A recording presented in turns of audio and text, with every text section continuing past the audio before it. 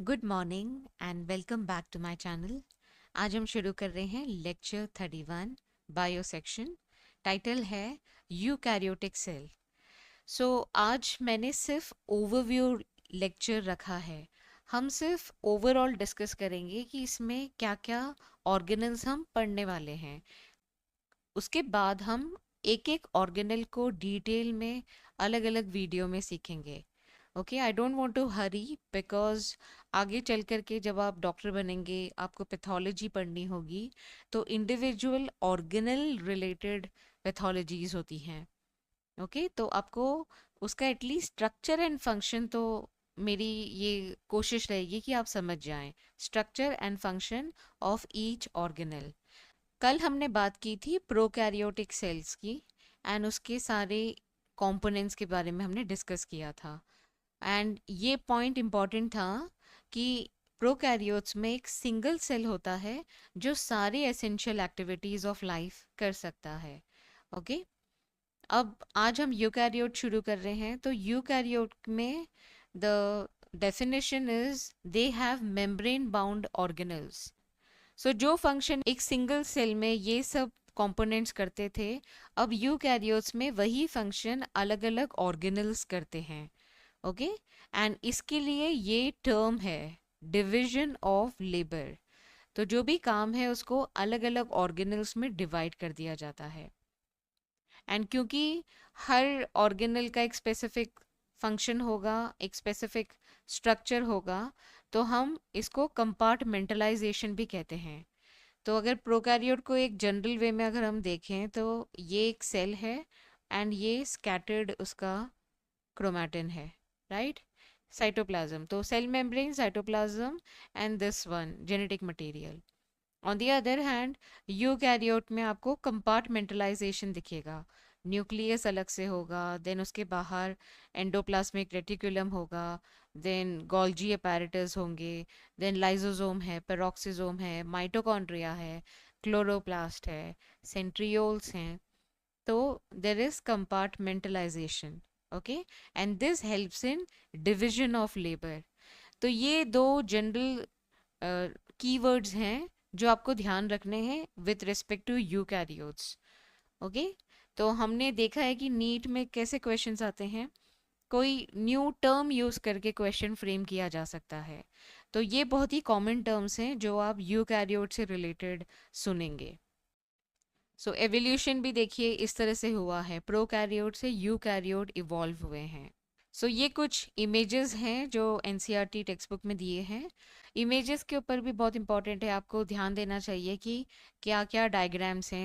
So figure के नीचे जो डिस्क्रिप्शन होता है उसे लेजेंड कहते हैं, तो वो भी आप पढ़िए, उसे याद रखिए कि डायग्राम बेस्ड क्वेश्चंस भी आते हैं नीट में। सो यहाँ पर देखिए रेड ब्लड सेल्स हैं, तो इसका देखिए डिस्क्रिप्शन कैसा होता है। They are round and they are बाइकॉन्केव and इनका साइज है 7 माइक्रोमीटर। तो यूजुअली यूकैरियोटिक सेल का साइज है 10 to 20। तो ये छोटे होते हैं रेड ब्लड सेल्स, क्योंकि रेड ब्लड सेल्स को बहुत सारी ऐसे फाइन कैपिलरीज के थ्रू जाना पड़ता है। देन ये है वाइट ब्लड सेल्स, इनके अलग अलग न्यूक्लियस के शेप्स होते हैं। देन मीसोफिल सेल्स, ये क्लोरोप्लास्ट से लोडेड होते हैं, इनका फंक्शन होता है to capture the photons from sunlight and then perform photosynthesis. ये है ट्रेकीड, एलोंगेटेड है एंड टेपरिंग एंड्स कहा जाता है। इसका डिस्क्रिप्शन देखिए, टेपरिंग एंड्स हैं एंड ये सब इसके पिट्स कहलाते हैं। इनको होल नहीं बोलने का है, पिट्स बोलने का है। देन देखिए ये कॉलमनर एपिथेलियम एंड ये है nerve cells. So nerve cells का कैरेक्टरिस्टिक एक्सॉन्स होते हैं काफ़ी लंबे, ताकि वो इजीली नर्व इम्पल्स को ट्रांसमिट कर सकें। ये ट्रेकीड का मैग्नीफाइड व्यू है। सो ऑनेस्टली स्पीकिंग, बॉटनी में अगर ऐसे इमेजेस होते हैं ना, तो मुझे तो समझ में ही नहीं आते कि ये फंक्शन कैसे करते हैं। तो इसलिए मैंने ये सर्च किए हैं इमेजेस, तो इससे एक क्लैरिटी तो मिलती है कम से कम कि वाटर ट्रांसपोर्ट इस तरह से होता है एंड ये इनके इंटरकनेक्शंस हैं। सो देखिए ट्रेकीड पिट्स allow water and dissolve minerals to pass between adjacent tracheids, facilitating water transport throughout the plant. Eukaryotic cell के एग्जांपल्स देखिए। सो यूनिसेलुलर प्रोकैरियोट किंगडम मोनेरा था जो हमने कल पढ़ लिया है, और ये है unicellular eukaryote kingdom protista. Then multicellular eukaryote में बाकी के 3 किंगडम आते हैं। अब किंगडम प्लांटे ऑटोट्रॉफिक है, किंगडम फंजाई एंड एनिमेलिया ये दोनों हेटेरोट्रॉफिक हैं। अगेन डायग्राम बेस्ड क्वेश्चन है, तो ये आप याद रखना 10 to 20 माइक्रोमीटर साइज, वायरसेस का साइज, पीपीएलओ का size and bacterial size. RBC size is 7 micrometer. Red blood cells are called erythrocytes and they are designed for oxygen transport. Small size along with biconcave shape allows them to efficiently squeeze through tiny capillaries and maximize surface area for gas exchange. So biconcave shape होता है तो surface area increase हो जाती है, okay इससे ज़्यादा surface area मिलेगी, maximise surface area for gas exchange. अगर यही स्फेरिकल होगा तो सरफेस एरिया कम होगी compare to A बाइकॉन्केव shape. Neurons are longest sales, long axon helps in transmission of nerve impulse quickly. अब ये भी आप याद रखना, largest isolated single cell is the egg of N ostrich. ये भी इमेज मैंने ढूंढी है ताकि आप एक कंपैरिजन कर सकें कि आप हाथ में पकड़ेंगे तो ये अंडा कितना बड़ा होता है। देखिए इसका साइज है 5 to 6 inches and it is 1.3 kg, 3 pounds है ये। अब ये एग इतना बड़ा क्यों होता है? कुछ कुछ एग्स होते हैं वो अनफर्टिलाइज्ड होते हैं, तो वो बेसिकली ऑस्ट्रिच लेटर ऑन इसको खाते हैं ताकि इसमें से उन्हें calcium and other minerals nutrients मिले। तो ये एक तरह का उनका रिजर्व मटेरियल भी होता है। तो ostrich lay both fertilised as well as unfertilised eggs. Okay, तो ये पॉइंट आप याद रखना, सिंगल सेल है ये, इतना बड़ा अंडा सिंगल सेल है। अब डायग्राम बेस्ड टेस्ट सिंपल है।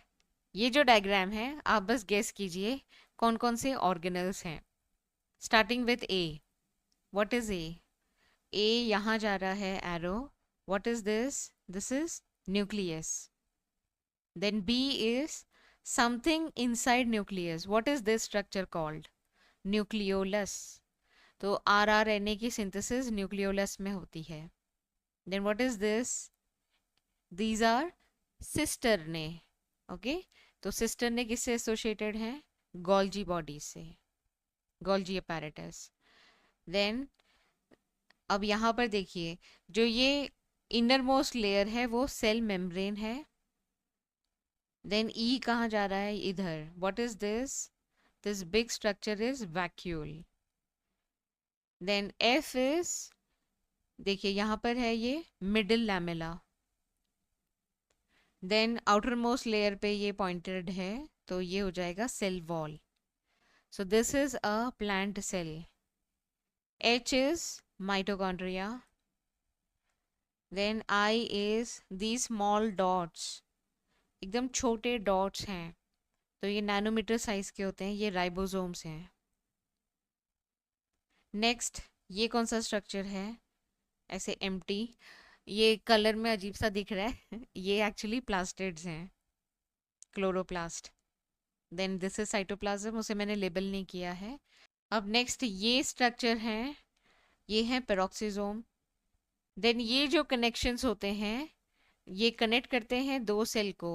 Okay, so these are the channels which connect the cytoplasm of two plant cells, these are called plasmodesmata. What are these structures? These are smooth endoplasmic reticulum. अभी next N is endoplasmic reticulum, rough endoplasmic reticulum, and ये O last one is lysosome. Next, this is animal cell. What are these? These are microvilli. Then B, ये 90 degree पे दो arrangement होते हैं, इन्हें क्या कहते हैं? सेंट्रियोल्स। देन C इज, छोटे दिख रहे हैं तो पेरोक्सिसोम है। Then D is lysosome. Then E, Very small ones, these are ribosomes. F is mitochondria. G is rough endoplasmic reticulum. Then cytoplasm. Then H again nucleus है ये. Nucleus के अंदर का स्ट्रक्चर न्यूक्लियोलस. एंड ये nuclear membrane, nuclear envelope या nuclear membrane. Then this is smooth endoplasmic reticulum. And last, this structure is Golgi.